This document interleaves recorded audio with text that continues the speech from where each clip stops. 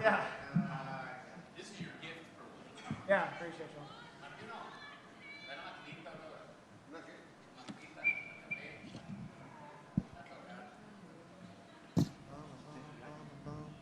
Unless you want to serve, go for it.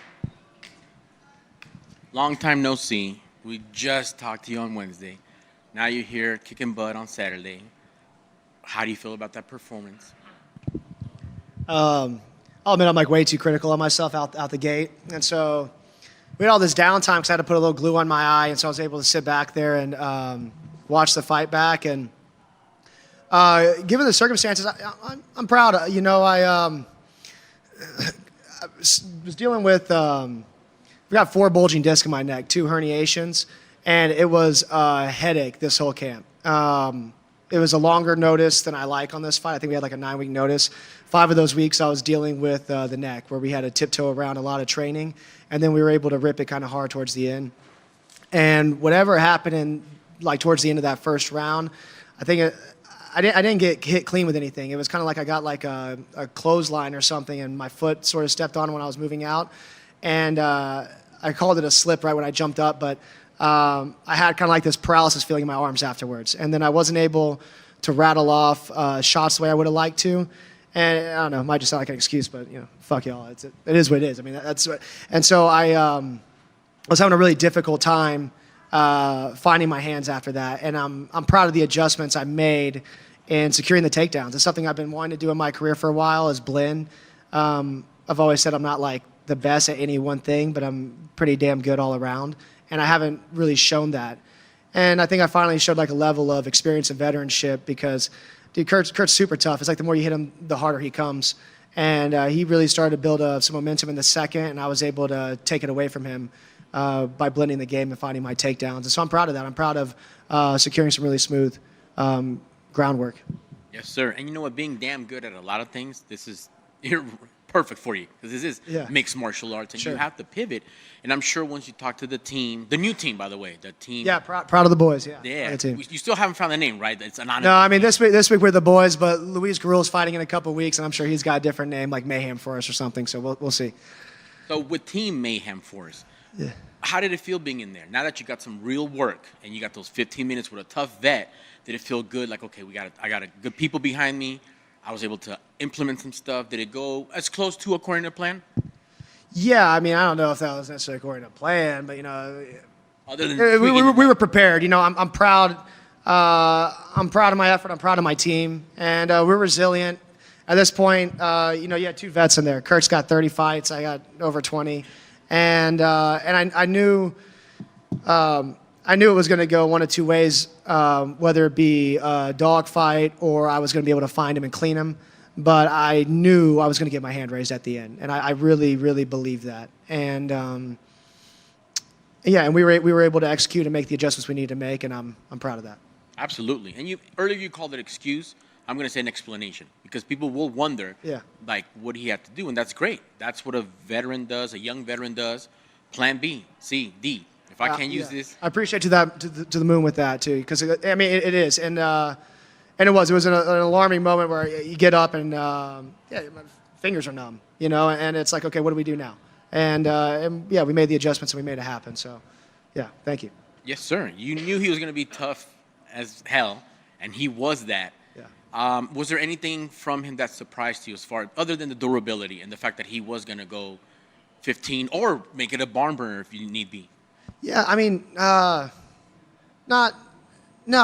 knew he was tough. You know, I knew he was really tough. I knew he was going to march it down.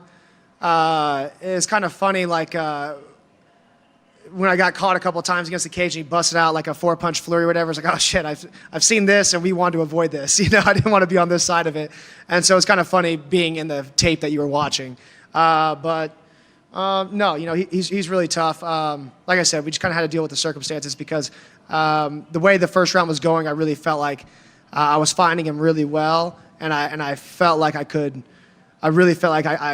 finish him. But he's for a guy who doesn't have like a huge head or a huge chin, he's tough as nails. Like he's tough. You know, he could take a punch, he could take a kick. I felt like I was landing some really good head kicks. I felt like I was landing some really good punches.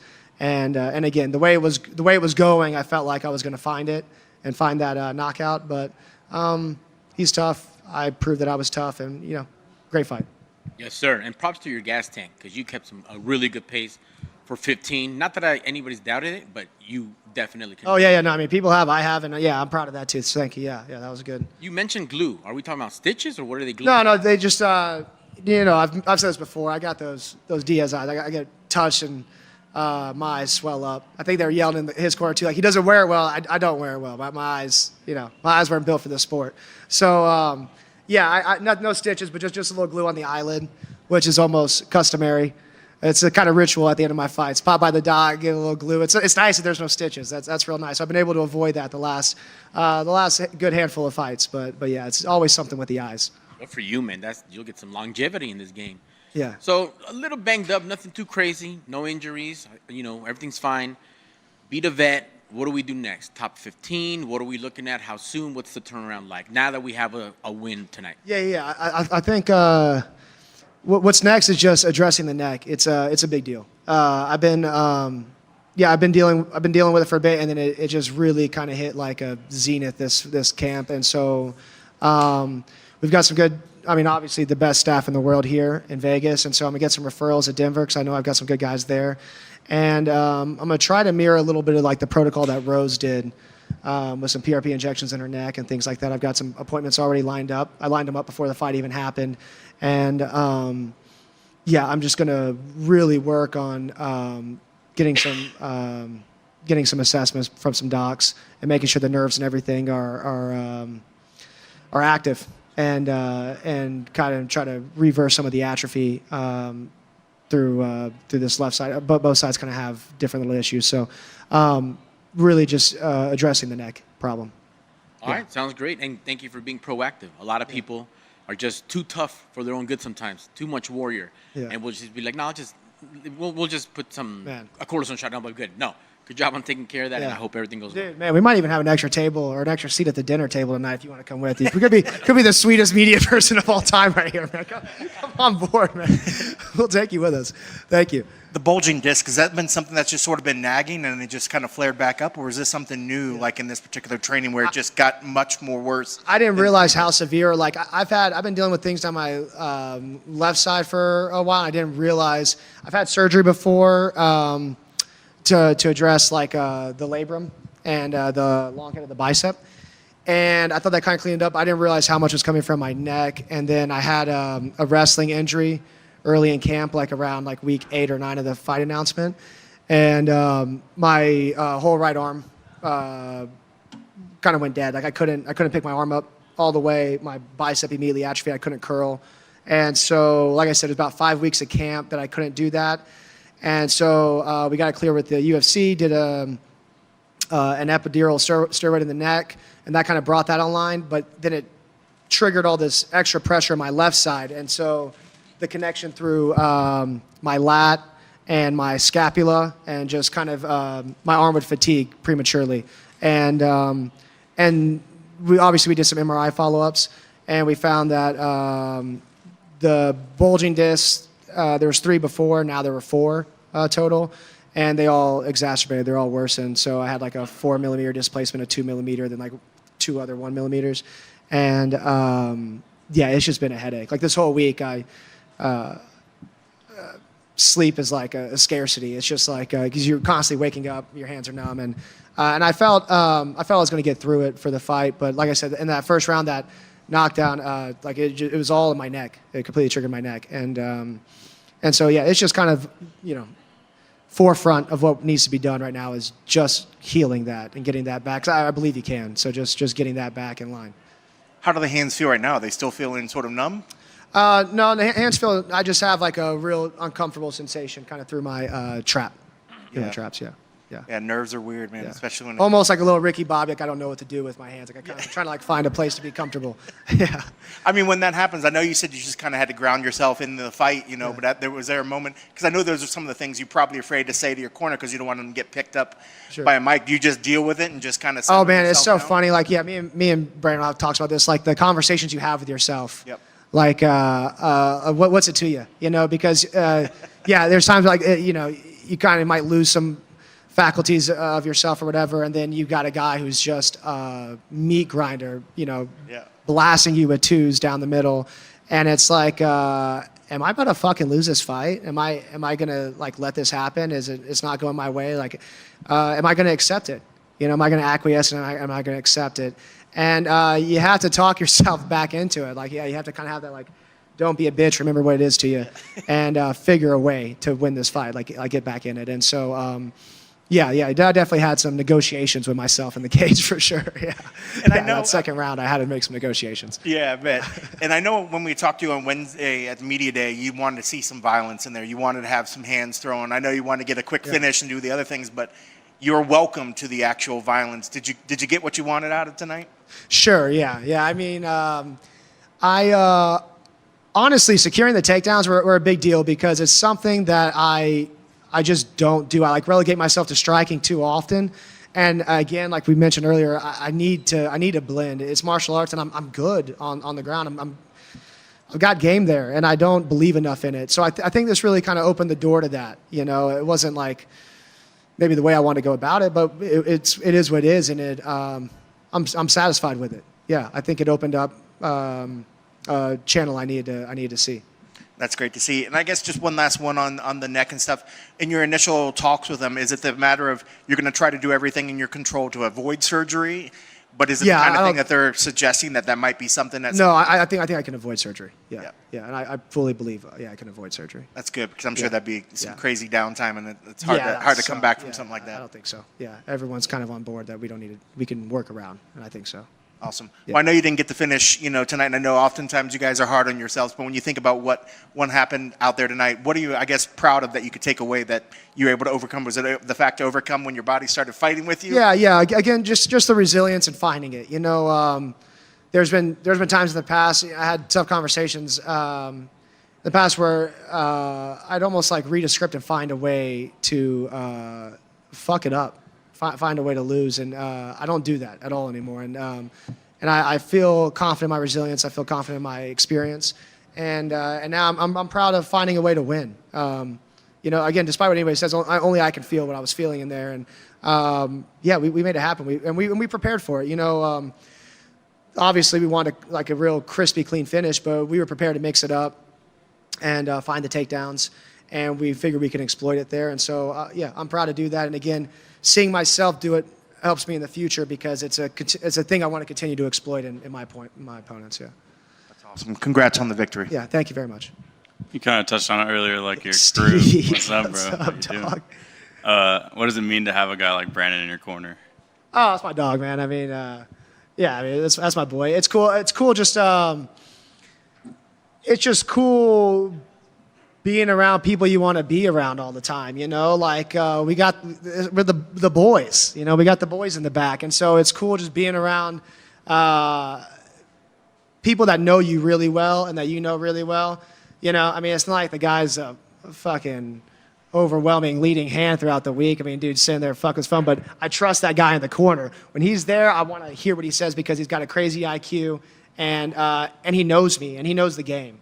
And if you just have people that know you like that, and all my guys are like that. I got Clay, Matza, Rafa Will, and Brandon Royval in the corner tonight. And those are also my closest friends in Colorado, And so, you have people that know you. So when shit gets sticky in there and it's not going your way or whatever, they know the points to hit. And the communication we have is so clear, like we don't hide anything from each other. And so like in the back even, you go through an emotional roller coaster, I just keep it 100 with them. I tell them how I'm feeling. I'm not trying to like act like I'm more gassed up than I am. I'll even tell them, don't gas me up. It's not working right now. Like I need you to talk to me. I need you to ground me, or I need you, it's very transparent.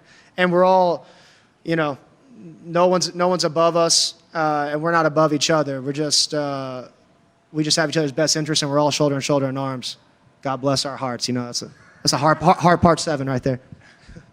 You posted a picture of like a paper doll in the octagon after. Do you know about that? Oh, dude, yeah. Brandon's got his niece's school project with him. I mean, I'll be damned if baby girl doesn't see the second grade. Okay, I mean she's got the outstanding project coming back to Colorado that next week. Yeah, he's been taking that Stanley doll with us, or Stanley sticker, whatever it is, with us everywhere. And probably the sickest photos of all time for a first grader to bring in for a school project. And she's got to win it. Yeah, she's got to win it. Yeah, if it's not a competition, it is now. Yeah, she's got to win it. Yeah. St. Patrick's Day weekend in Vegas. What are you doing to celebrate? You know, I'm way cool. I'm way cooler these days. I try not to get, I try to just make peace with things and not take the lows too low and not take the highs too high. With that being said, I got a couple young bucks with me, a couple cousins out here that came out for the first time, a few things they've never seen before. So I'm gonna show them, a little bit of the starlight of Vegas at night. Take a little titty bar too. I don't know, but we're gonna have a good steak dinner. We're gonna go rack up. I hear they're printing money at the Palace right now, so we're gonna go catch a few more dubs on the BJ table. Get some blackjack going, and then keep it kind of cordial. Maybe have a little bit of a night, but nothing too crazy. And then Monday when we get home, I might have a green beer or two. Yeah. Awesome. Congrats, man. Thank you.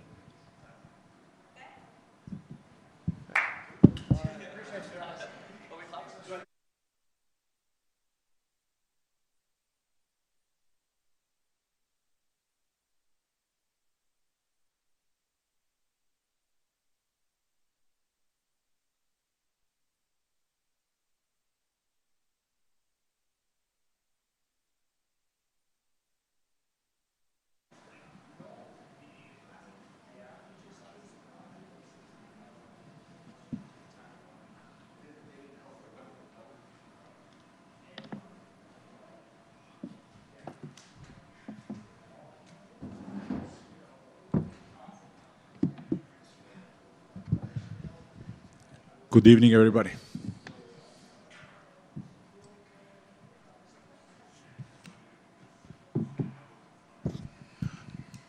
Roman, I can see you're wearing that battle scars on your face, but you got to feel pretty good getting that win in there tonight. Yeah, any win is good win, but over Vitória it was very important win because I wanted to take my win back, what they take away from me in London.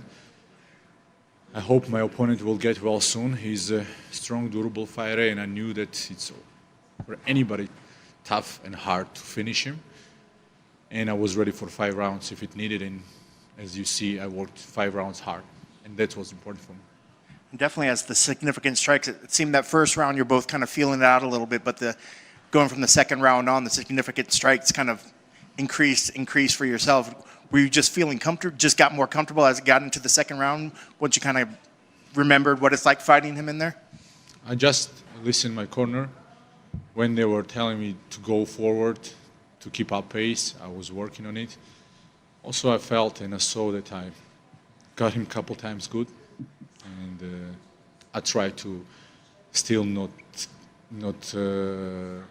how to say it, like to be calm, because sometimes when somebody hit me or I hit them hard, I get excited and trying to wasting my energy. And this time I said, Roman, be professional, go forward, be angry, but control it.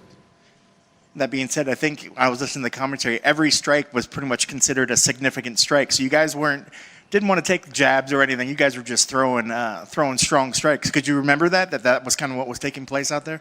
I really need to watch fight because I don't remember much about it, but I was feeling what everything was going good, and that was more important for me. If somebody would tell me that I need to change something, I would change something, but I think I did enough and right for everything. But I agree, maybe there is something what I need to change for future, and I will work on it. You did a lot more active with the kicks this fight. Was that part of the game plan coming in, and what was the game plan, I guess, coming in for him? Game plan was be myself, and one more time, control my anger. Do you think you did a pretty good job controlling your anger? I think yes, because the one time I remember there was a situation when he got me very good, and I said to myself, calm down, that's normal, you will get revenge. And it had been some time since you had fought him in there, and you both kind of said that both of you were different fighters going in this fight than the last one. Could you see a difference in him? I think this time he more was going forward than before, when our first time. This time he tried to go forward, try to be aggressive, and that's exactly how I like. When they go forward and they try hard with me, I'm going hard also, and let's see who is hitting harder and who is the harder guy. Well, I remember you had said immediately if he starts running again like he did last time, which is what you said. You said you would have to go hunting, but it didn't look like he was doing what you considered running away. And there, it looked like he was going forward towards you. That's great. Exactly. That's what I was waiting him first fight, and now we finally see him. And I hope everybody is asking me, maybe Marvin, 2 years layover, maybe that also worked bad on him or something. I hope Marvin was in his best shape, because I want to fight best guys in their best shape, in their prime, and I hope he also was in his best shape. I know there was a couple of times that he was hoping that one of the eye pokes would be called into a foul or get you a point. Were you thinking that there might have been a chance that there was going to call an eye poke on that second one? I didn't try, if there was something, I didn't remember it quite good, because I wasn't trying to do this. If it happened accidentally, and I didn't want to do it to damage him or do something wrong to his eyes. Yeah, because I know a lot of times when it's hand fighting, you're reaching out, you're trying to either paw at them, you're trying to either stop their strike before it comes. It's just unfortunately when you do that, your fingers are extended out there. Yeah. Is there any way to do that, you think, with maybe a closed fist, or is it just something you have to kind of just actively tell yourself going in there? I was actively telling me after a couple times when the judge told me, sometimes you can see I was doing like this in the middle of a fight, because I need to close them, and I was doing like that because I'm not trying to do it. Yeah. And it happens. Yeah. The last thing for me, I'll let the other guys take over. You called out Whitaker and Adesanya afterwards. Because with this fight, this obviously should take you at least above him. He was number 8. At 7 is Jared Cannonier, 6 Kyle Bahio, but you jumped up to the 4 and the 5. You think this performance could get you one of those two? Yes, why not? All these guys need opponent. They need to fight somebody. They need to have some opponent. I don't care if somebody else will be from top 5. I'm also ready. I don't really care much. But I said more realistic fights, because both of them are from they lost. And that's why I said, I don't really care who will be from top 5. It's more just trying to get into that top 5. Realistic. Being realistic, who is ready and who need opponent. Because there are some guys who really deserve to fight for title, like Caio you mentioned, like Imamov also, there are a couple guys, good guys, and they are waiting, they are in the line. If they will give me these guys, I'm ready anyway. But there are more realistic fights, and that's why I said these names. Can you tell me what the garb is that you're wearing? Is there a particular name for that? No, this is, I will not say name, but I will explain the meaning of it. Sure. I'm the person who have 2 different sides.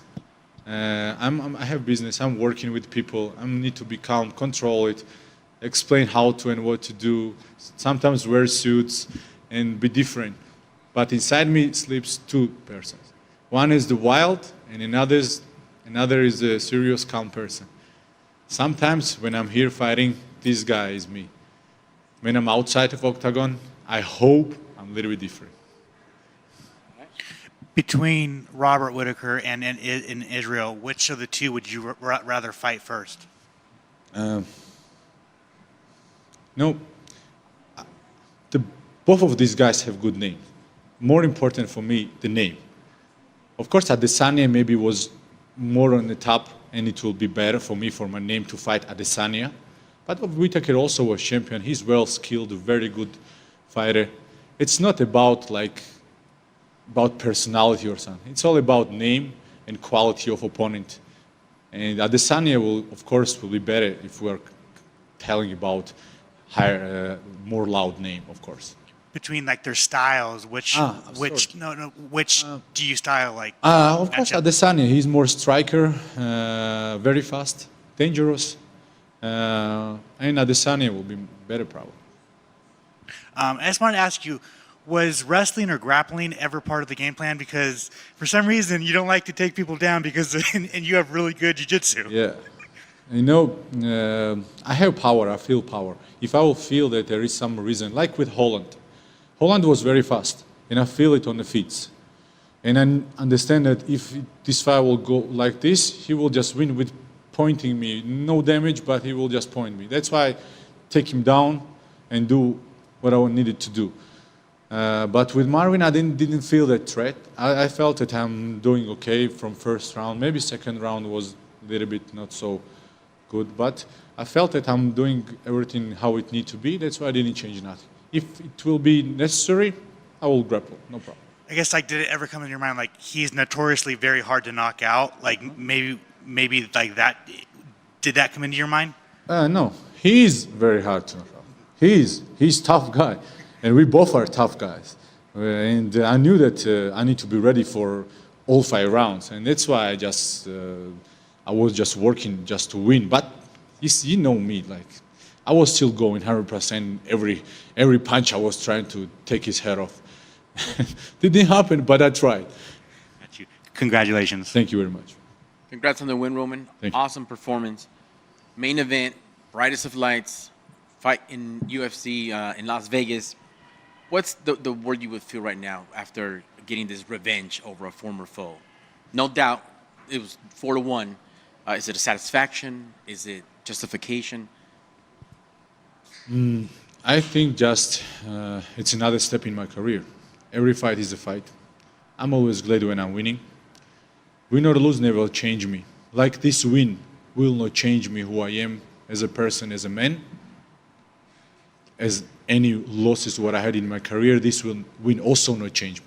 But of course, I'm very happy, I'm very glad, and I'm moving forward in my career, and I'm working hard to be on the top. Yes, sir. With this big victory now, next week you're going to be into this top 10. There's a bigger target on your back. That has to feel that's one of the accomplishments, right? Part of the goals moving in the right direction for 2025. I'm top 10 like almost 3 years probably. They just bring new guys. They didn't even win nobody from top 10 that they are putting them higher than me. That's funny, but maybe it's politics. I'm not judging them. I just need to prove them. Like today, I'm just winning somebody who is higher ranked than me, and I'm getting their place. And that's why ranking, I don't really care. And I'm just here just to show what I'm capable to do, move forward, and I don't feel no pressure, nothing. This is another step, and all guys are tough. All guys are interesting fighters, opponents, and I don't really care much about it. Yes, sir. And last for me, talk to me about those high kicks. Obviously, we see the eyes banged up, but they were there all night. We didn't see Vettori make too many adjustments. Your southpaw stance was just perfect for that right high kick. Yes, but you know, my left high kick is much better. But because of his stance, I couldn't use it. But my right leg is powerful, and I was just blasting it. Like especially last round, I was just hitting him because he didn't knew what to do in last round when I was kicking him. And I understand that this is a key because he don't know what to do, where to go from them. He knew that if he will give me space, there will be right leg, right high kick, right high kick, right high kick, and I can do this all night.